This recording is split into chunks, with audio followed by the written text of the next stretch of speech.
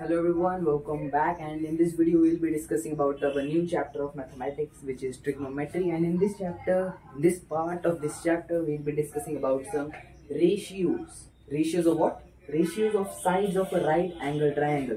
Yes, trigonometry only deals with the right angle triangle and not all types of triangles, but we'll be discussing of different ratios for different sides of this triangle. So as we all know, what is a hypotenuse? So hypotenuse is the side opposite to the 90-degree angle, and there are two other sides, which is the perpendicular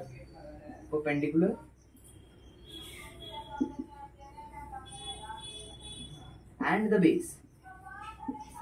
These two sides are decided based on the second acute angle. So one hypotenuse was based on the right angle, and these two perpendicular and base are based on the acute angle. So if the acute angle is at A, the side opposite to A is perpendicular. So in this case, when the acute angle is A, this will be the perpendicular, and the side adjacent, which is like sticking to this angle, is base. Now you can see that there are two sides which are adjacent to this angle, but one of them is hypotenuse, so the other one is base. So if this A is the angle, then this would opposite side is perpendicular, this is base. But if C was the angle, then this would be the perpendicular. Why? Because AB is directly which is opposite to C, angle C, and this would be the base because it is adjacent to C. Now for now we'll just look at angle A and not C. So there are 6 total trigonometric ratios that we can derive from these sides, which is perpendicular, hypotenuse and base. So P for perpendicular, H for hypotenuse and B for base. So there are 6 total ratios. So first पहला हम ले लेते हैं base और hypotenuse का. Base और hypotenuse का हमारा परपेंडिकुलर और हाइपोटेन्यूज का. तो we have perpendicular by hypotenuse. Next ले लेते हैं हम परपेंडिकुलर और बेस का, perpendicular and base. And next हम ले लेते हैं बेस और हाइपोटेन्यूज का, बेस और हाइपोटेन्यूज का. ठीक है, तो हमारे पास 3 तो आ गए. अब और बाकी के 3 क्या है, इन्हीं को उल्टा कर देंगे तो एक आ जाएगा h by P, hypotenuse by perpendicular, base by perpendicular and hypotenuse by base. Okay, तो ये है हमारे 6 रेशियोज. ठीक है, तो पहले हम ले लेते हैं परपेंडिकुलर बाय हाइपोटेन्यूज. ये होता है हमारा साइन. साइन ये होता है फुल फॉर्म, अगर हम शॉर्ट में लिखते हैं SIN, तो साइन होता है पूरा SINE, मगर शॉर्ट में होता है SIN. तो साइन किसका? Sine of angle A. क्यों? क्योंकि हम A के रिस्पेक्ट में परपेंडिकुलर हाइपोटेन्यूज डिस्कस कर रहे हैं. और ये भी इंपॉर्टेंट है, जब साइन A लिखा रहे तो परपेंडिकुलर भी हम A के हिसाब से लेंगे. अगर साइन C लिखा रहता तो परपेंडिकुलर ये नहीं रहता, परपेंडिकुलर ये रहता. तो अभी हम साइन A एंगल की बात करें, इसलिए साइन ऑफ एंगल A. अब ये जो साइन A है, साइन है, इसका मतलब ये नहीं होता sine multiplied by angle A, इसका मतलब होता है साइन ऑफ एंगल A. इसको कैसे पढ़ेंगे? Sine of angle A. Sine of angle A perpendicular by hypotenuse, ये हो गया तुम्हारा पहला. अब आ जाते हैं perpendicular by base. Perpendicular by base ये होता है तुम्हारा टेंजेंट. टेंजेंट इसका पूरा फुल फॉर्म होता है, बट इसे हम लिखते हैं सिर्फ TAN, टैन, और इसको लिखेंगे tan A. क्यों? क्योंकि हम एज पर एंगल A ले रहे हैं. फिर आ जाता है बेस अपॉन हाइपोटेन्यूज. बेस और हाइपोटेन्यूज का, बेस और हाइपोटेन्यूज को हम लिखते हैं कोसिकेंट A. कोसिकेंट होता है फुल फॉर्म, हम बस लिखते हैं कॉस, तो कॉस A. नाउ इसी का उल्टा, तो साइन का उल्टा हम ले रहे हैं और इसका रेसिप्रोकल ले रहे हैं. जब हम 1 बाय पी बाय एच करेंगे तो क्या होगा? H ऊपर चला जाएगा, P नीचे रहेगा. ठीक है, तो उसी का हम उल्टा कर रहे हैं. यानी जो H बाय पी है ये तुम्हारा 1 बाय साइन है. अब 1 बाय साइन होता है तुम्हारा कोसेक. कोसेक क्या होता है? कोसिकेंट. कोसिकेंट, मगर हम लिखते हैं सिर्फ कोसेक A. फिर है हमारा base upon perpendicular. Base upon perpendicular किसका रेसिप्रोकल है? tan A का. तो tan A का आ जाएगा 1 अपॉन tan A. ये आ जाएगा हमारा 1 अपॉन tan A, और 1 अपॉन tan A कितना होता है? Cotangent A. कॉट A को हम कहते हैं कोटेंजेंट. तो कोटेंजेंट A होता है tan A का, टेंजेंट A का रेसिप्रोकल. अब हमारे पास आता है cos A का रेसिप्रोकल. cos A का रेसिप्रोकल होता है सीकेंट. तो पहले तो हम लिख लेंगे 1 upon cos A, cosecant A, और इसका तुम्हारा रेसिप्रोकल रहता है सीकेंट या सेक A. ओके, तो हमारे 6 ट्रिग्नोमेट्रिक रेशियोज डिस्कस हो गए हैं.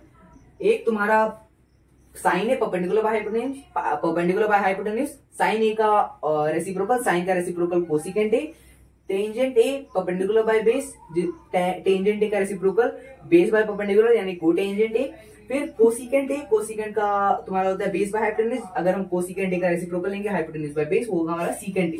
ठीक है, अब हम ये तुम्हारा पूरा का पूरा ट्रिग्नोमेट्रिक रेशियोज कॉन्सेप्ट और सेक्शन क्लियर हो गया। अब हम करेंगे इसके कुछ 5 क्वेश्चंस जो कि डिफिकल्टी लेवल में धीरे धीरे बढ़ेंगे, but it will still be easy if you properly use these 6 ratios. तो हमारा पहला question, consider right triangle ABC. चलो कंसिडर कर लेते हैं, ए बी सी। ठीक है, अब इसमें अगला लिखा है if AC is equal to 17 units and BC is equal to 8 units. हमें निकालने हैं ऑल द टी रेशियोज। ठीक है, ये टी रेशियोज किससे निकालने हैं? एंगल सी के, T ratios of angle C. ठीक है, टी रेशियोज हमें निकालने हैं एंगल सी के, और ये जो ट्राइंगल है वो राइट एंगल है एंगल बी के। क्वेश्चन में दिया हुआ नहीं था मगर हम मान लेते हैं राइट एंगल है बी के। ठीक है, मगर आपको क्वेश्चन में दिया रहेगा हमेशा कि कौन राइट ट्रायंगल है तो कौन से एंगल पे वो राइट एंगल फॉर्म कर रहा है, वो हमेशा क्वेश्चन में दिया रहेगा। ऐसा कोई भी क्वेश्चन नहीं रहेगा जिसमें मिस होगा।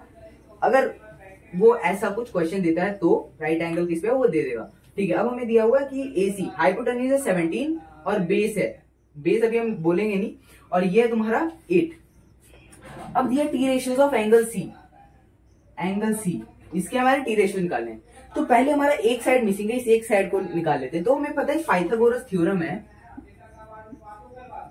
Pythagoras theorem. ठीक है, तो पाइथागोरस थ्योरम क्या कहता है? हाइपोटेन्यूज का जो स्क्वायर होता है वो परपेंडिकुलर के स्क्वायर और बेस के स्क्वायर का सम होता है। अभी हमें परपेंडिकुलर तो पता है नहीं, तो क्या हो जाएगा? परपेंडिकुलर का स्क्वायर हो जाएगा हाइपोटेन्यूज का स्क्वायर माइनस बेस का स्क्वायर। अब परपेंडिकुलर कितना है वो निकालना है। हाइपोटेन्यूज कितना है? 17 का स्क्वायर माइनस बेस कितना है? 8 का स्क्वायर। इसका कितना होता है? 289, और 17 का स्क्वायर होता है 289, 8 का स्क्वायर होता है 64। अब माइनस कर लेते हैं, तो अगर हम माइनस करेंगे आ जाएगा हमारा 289 माइनस 64, 225। अब ये हमारा पी स्क्वायर है 225, तो हमारा पी कितना होगा? Under root of square root of 225 जो होता है हमारा 15। ठीक है, तो हमारा परपेंडिकुलर आ गया 15 यूनिट्स। अब हमें क्या करना है?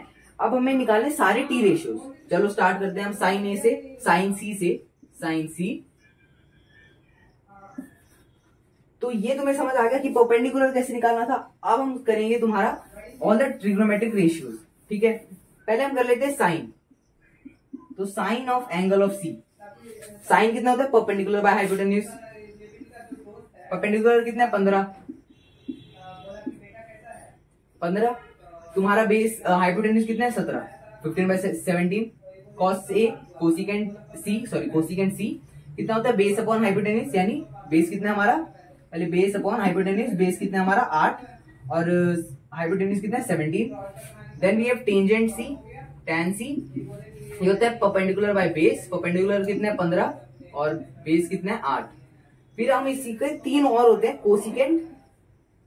Cosecant C, secant C, and we have tangent C. अब ये तीनों हमने क्या देखा था? रेसिप्रोकल होते हैं। साइन का रेसिप्रोकल होता है कोसेक, कॉस का रेसिप्रोकल होता है सेक, एंड टैन का रेसिप्रोकल होता है कॉट। टैन सी नहीं, कॉट सी, सॉरी। तो ये हो गया तुम्हारा कॉट। अब इसी का रेसिप्रोकल कर लेते हैं। रेसिप्रोकल ऑफ 15/17 कितना होगा? 17/15, 17/15। सीकेंट ए का यानी कॉस ए का रेसिप्रोकल 17/18, 17/8। कोटेंजेंट कितना होता है? tan सी का कोटेंजेंट सी कितना होता है? टेंजेंट सी का रेसिप्रोकल कितना हो जाएगा? 8/15, 8/15। तो ये हो गए तुम्हारे all the 6 ratios of angle C when you have a right angle triangle, right angle at B, hypotenuse 17 और बेस 8। तो तुम्हें पता चल गया परपेंडिकुलर कैसे निकालना है बाय पाइथागोरस थ्योरम। और ये रहा तुम्हारा पूरा का पूरा ऑल द 6 रेशियोज। अब हमारा नेक्स्ट क्वेश्चन है जिसका थोड़ा डिफिकल्टी लेवल हाई है। इसमें क्या दिया हुआ है? एक राइट एंगल ट्रायंगल है, ये भी राइट एंगल है बी के। इस क्वेश्चन में दिया हुआ था राइट एंगल एट बी। अब हम ए को मान लेते हैं, ए को मान लेते हैं सी। अब हमें क्या दिया, ए सी, यानी हाइपोटेन्यूज का जो है वो है 1, और तुम्हारा ये जो है बेस, देखो इसको लिख लेते हैं, A B ratio A C is equal to 1:2। ठीक है, तो अब क्या लिख सकते हैं हम कि ए बी जो है, ए बी ये 1 के इक्वल है, सिर्फ 1 के इक्वल नहीं, x के इक्वल है। क्यों? क्योंकि रेशियो तो भाई तुम 1/2 लिखो या 2/4 लिखो, बात तो बराबर है, रेशियो तो सिंप्लीफाइड फॉर्म होता है। तो इसीलिए हम x लिखते हैं या कोई वेरिएबल डालते हैं, k लिख देते हैं, y लिख देते हैं। क्यों? क्योंकि हमारे पास एक कॉमन डिफरेंस रहता है, कॉमन डिफरेंस 1 भी हो सकता है। तो इसीलिए जो रेशियो दी रहती है, जो हमारे पास रेशियो दी रहती है, उसके साथ हमें x लगाना जरूरी रहता है for exam point of view. MCQ में तुम 1 मान लो या सिर्फ √2 मान लो या 1 मान लो, x ना लगाओ तब भी आंसर सेम आएगा, क्योंकि x को बाद में जाके कटना ही है। तो इसीलिए हम एग्जाम के लिए जब जिसमें तुम्हारे मार्क्स मिलते हैं 2 मार्क्स 3 मार्क्स, उसमें हम x लिखते हैं क्योंकि इसके मार्क्स भी डिडक्ट होते हैं। तो ए भी हमारा आ जाएगा 1x और हमारा ए सी आ जाएगा √2x। अब जो कंफ्यूज हो रहे हैं कि भाई परपेंडिकुलर हाइपोटेन्यूज छोटा कैसे है, तो √2 1 से छोटा नहीं होता, √2 1 से बड़ा होता है, 1.4 कुछ उसकी वैल्यू रहती है। तो AC आ गया हमारा √2x और हमारा बेस आ गया, सॉरी ए बी आ गया 1x। तो राइट एंगल एट बी है। अब हमें निकालना है वैल्यू ऑफ 2 tan A। हम एंगल क्या है हमारे पास A, tan A और tan स्क्वायर A निकालना है। तो अभी हमारे पास हाइपोटेन्यूज आ गया, परपेंडिकुलर आ गया, सॉरी हाइपोटेन्यूज आ गया, बेस आ गया। अब हमें क्या करना है, निकालना है हमें हमारा perpendicular as respect to A. तो निकाल लेंगे इसका स्क्वायर माइनस इसका स्क्वायर का रूट, यानी BC square is equal to, sorry BC is equal to under root of A C square minus A B square. ये पाइथागोरस थ्योरम से किया है, वापस से पिछले क्वेश्चन में जैसे हमने किया था उसको देख लेना, समझ में आ जाएगा ये कैसे हुआ। तो बीसी हमारा पता नहीं है, तो बीसी निकालना है। एसी का स्क्वायर कितना है, एसी है √2 का स्क्वायर कितना होता है 2, √2 का स्क्वायर 2 होता है। ठीक है, ये कैसे होता है पहले ये बता देता हूं। तो देखो √2 को हम लिख सकते हैं 2 1/2। अब हम क्या कर रहे हैं, √2 का होल स्क्वायर कर रहे हैं, तो इसका भी होल स्क्वायर हो जाएगा। अब तुम्हें पता है जब पावर ब्रैकेट में रहते हैं तो मल्टीप्लाई हो जाता है, मतलब कि वो हो जाएगा 2 1/2 इंटू 2 से 2 कट गया, is equal to 2 raise to power 1। 2 raise to power 1 कितना, तो 2 होता है, इसलिए √2 का स्क्वायर होता है 2 माइनस एबी का स्क्वायर। एबी का स्क्वायर 1x, यहाँ पे सॉरी √2x था तो 2x स्क्वायर आ जाएगा। ये हमारा 1x, तो 1x स्क्वायर आ जाएगा। ठीक है, अब इसको माइनस कर लो, कितना आएगा, बीसी इज इक्वल टू तुम्हारा आएगा 1x स्क्वायर, इसका रूट है। अब x बाहर आ जाएगा तो बचेगा x √1 की वैल्यू होती है 1, तो हमारा बचेगा x, तो BC आ गया हमारा x। ठीक है, अब हमें निकालना है tan A और 1 माइनस tan स्क्वायर A। तो पहले tan A निकाल लेते हैं। tan A कितना होगा, परपेंडिकुलर बाय बेस, परपेंडिकुलर कितना है एज रिस्पेक्ट टू A, हमारे पास x और पहले 2 लिख लेते हैं, 2 से क्योंकि मल्टीप्लाई करना है tan A, तो परपेंडिकुलर x बेस 1x, यानी ये भी x। ठीक है, अभी x से x कट जाएगा तो ऊपर आ जाएगा हमारा 2। डिनोमिनेटर में हमारा चल रहा है, डिनोमिनेटर में हमारा क्या चल रहा है, 1 minus tan square A, 1 minus x upon 1x का होल स्क्वायर।